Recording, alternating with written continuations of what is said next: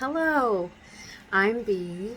Come along with me and let's talk today about where it says fear of the Lord. Let's talk about that. Um, so many people, when they hear fear of the Lord, which is referenced multiple times in the Bible, I don't know how many times, but many, many, many, um, a lot of people think of that as being afraid of God. As in he put you into this world, he can take you out of the world. Of course, that's true, um, but it's an inaccurate depiction of the Father. Um, the Lord is a loving God. That's why he sent his son Jesus to come to the earth to give us a way out of this madness, right? Um, and we can find clues to the real nature of God and what it means to have a fear of the Lord when we look more deeply. So some of you might have heard, or if you look at the original language, or you look into the Amplified Bible, which gives you an expanded definition based on the original languages of the Bible, it will tell you awe and reverence, and reverent awe. So whenever it says fear of the Lord, it also says reverent awe.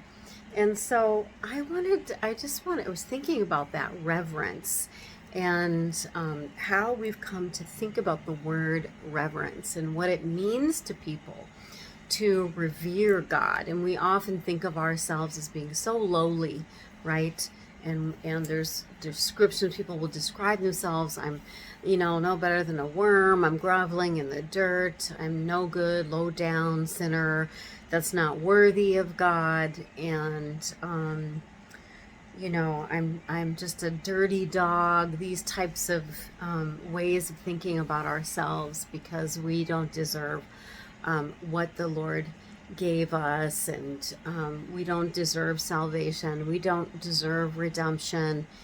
And that's what it means to revere God, is to grovel in the dirt before him and beg him for forgiveness and all these kinds of ways. You can see I'm painting a picture here. And you might be accustomed to that picture and hearing people speak about revering God in that way, and like it's a very serious thing, and we cannot like come out of that seriousness, and we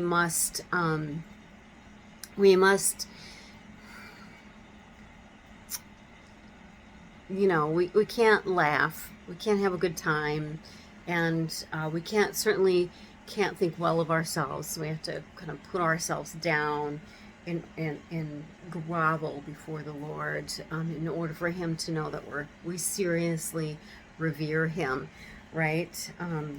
And a lot of us were raised with a Christianity that tells us that.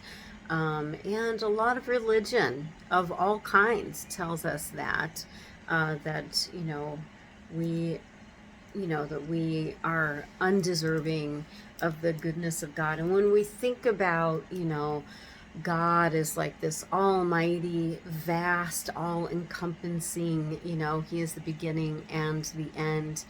And he's omniscient, and he's all powerful and incomprehensible. And so, what are we compared to him? Nothing but a worm. So I want to invite you to reconsider that way of thinking about the reverence of God and the awe of God and the fear of God. And I would like to do so by doing a little bit of a word study. As you may have figured out by now, I love to do word studies, and they really help point to deeper meaning. So let's do it. Let's look at the word reverence.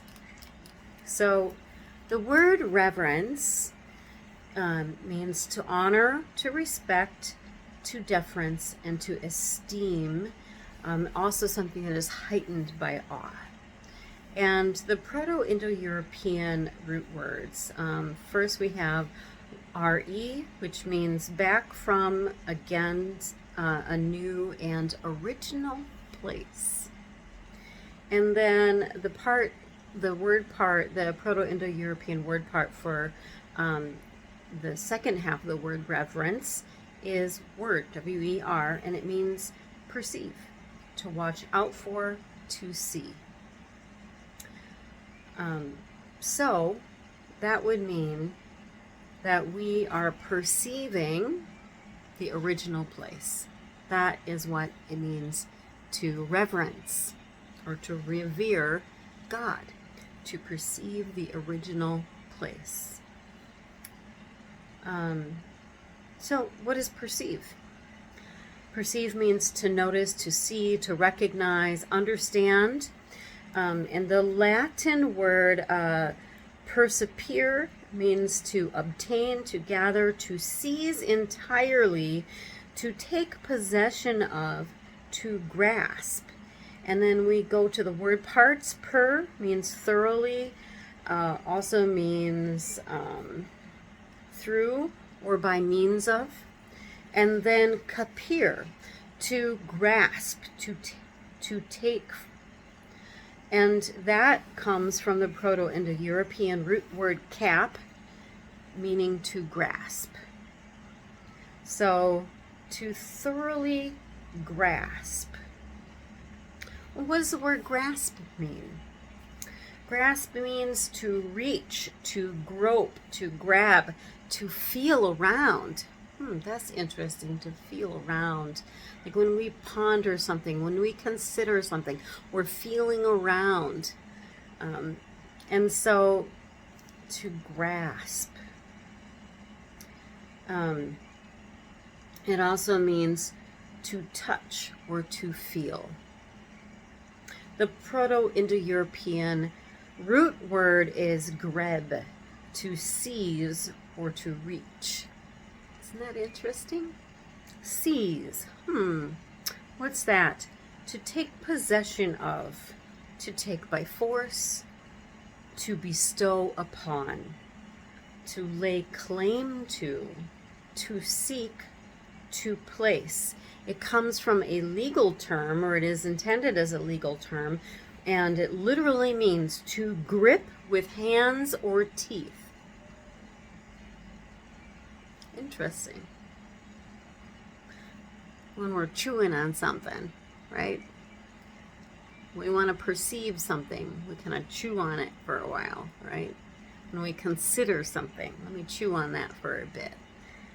Okay, so now let's look at the word reach. To reach out, to stretch, to extend outward, to succeed in touching. To offer, extend, or grant. To stretch out the hand, to give or pay. And it comes from the Proto-Indo-European root word rig, to stretch out or to be stretched, or a continuous stretch or course, if we're thinking of it in the form of a noun. A continuous stretch or course, and also to achieve. Isn't that interesting?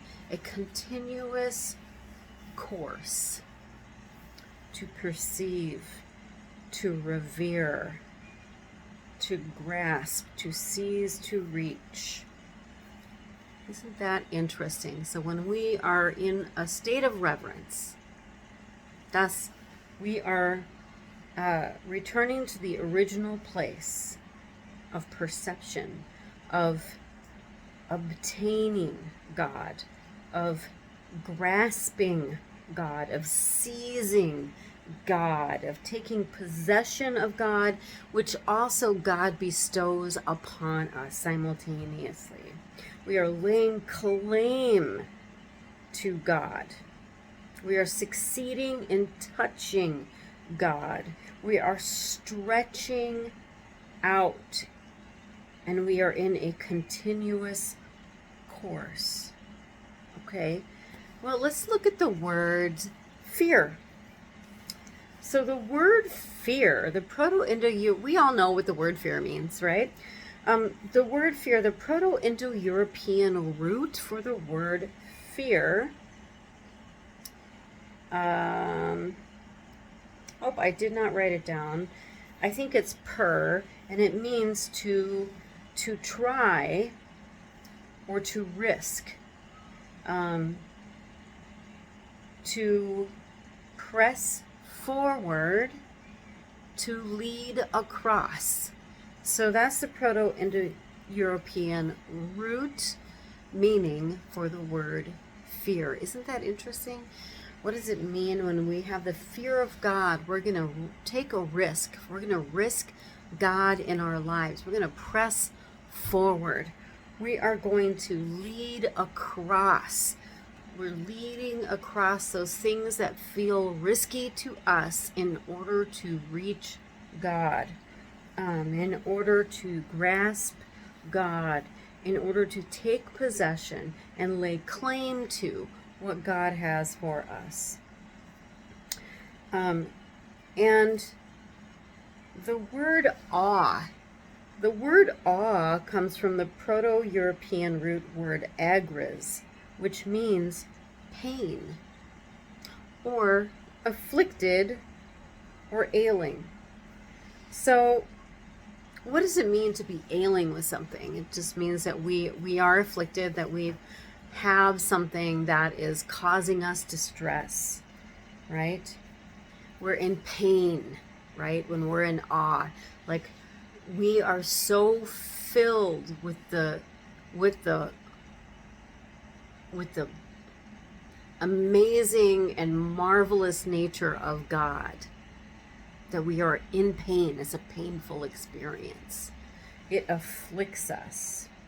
What does the word afflict mean? To strike, to press, or to crush. Isn't that interesting? Because the Lord is stricken when he is crucified, right? And when we come to him and surrender our lives to him, we are crushed like grapes in a wine press, right? That's what is happening to us. He is turning us into new wine. We are being crushed. All the parts of us that are not of him are being pressed out. Let's look at the difference between the word fear and the word afraid. They are not linguistically connected. Isn't that interesting? They're not connected at all. So the word afraid means to worry. And I think I have talked about this before. The word worry at the root of it means to strangle, right? So that's why we don't want to be a worrywart. We don't want to strangle ourselves or others with our worry, right? We want to give it to the Lord, turn it over, let it go. So that's what the word afraid means, to worry. It comes from the vulgar Latin root meaning ex fridere, which means to take out of peace. Isn't that interesting? So at the root word, so we're gonna split that word up. Ex means out of or completely deprive. Okay, and then fridere comes from the word frith. That's a Proto-Indo-European. Well, frith is not Proto-Indo-European, but it is connected to an old European word frith, which means peace, which comes from the Proto-Indo-European word pri, which means to be friendly, to love. It also means beloved or friend, and free, not in bondage. So to completely deprive of freedom, to completely deprive of peace and of the beloved. That's what it means to be afraid. So when we think about having the fear of the Lord, it is not the kind of fear that has us afraid and worried for any reason whatsoever. And he says, "For I do not give you a spirit of fear, but I give you a spirit of power and of love and of a sound mind." And so it's very important for us to understand the difference between these things, because it helps us to adjust our heart posture, our orientation toward the Lord, the way that we approach revering the Lord, worshiping the Lord. What does that mean, right? And so that's such an important thing for us to be thinking about as we do these things, because it's very easy to read the Bible, or to read what other people are saying about the Bible, or to think about religion and all the rules of religion and all the different ways that we approach Christianity and we approach the story of Jesus. And then what we do with that is we interpret it from our modern understanding of language and of culture in the here and now. And it has nothing, it's not even near what the true meanings of the word are. It's not oriented toward the culture in which it was written, the time in which it was written, and the people to which it was written, and by which it was written. And so it is for us, obviously. It is for us, and we should be looking at it, but we should be looking at it with very discerning eyes, and be pondering and chewing on these things all the time, and considering what the deeper meaning is. And when we think that we know, we may not. We may not know. And so I just really invite you to take a deeper look at this and to really understand what the word reverence means. And also something that that I kind of came to mind as I was doing this study, and praying and talking with the Lord, was this, if we are made in the likeness of God, and He has washed us clean in the blood of Christ and made all things new, and it is finished, then what does it say to Him when we say, "I am a lowly, worthless worm or a dirty dog"? If He has removed our filthy rags and robed us in righteousness, and He has made us worthy, He has redeemed us and renewed us and restored us, and there is now no more condemnation for those who are in Christ Jesus.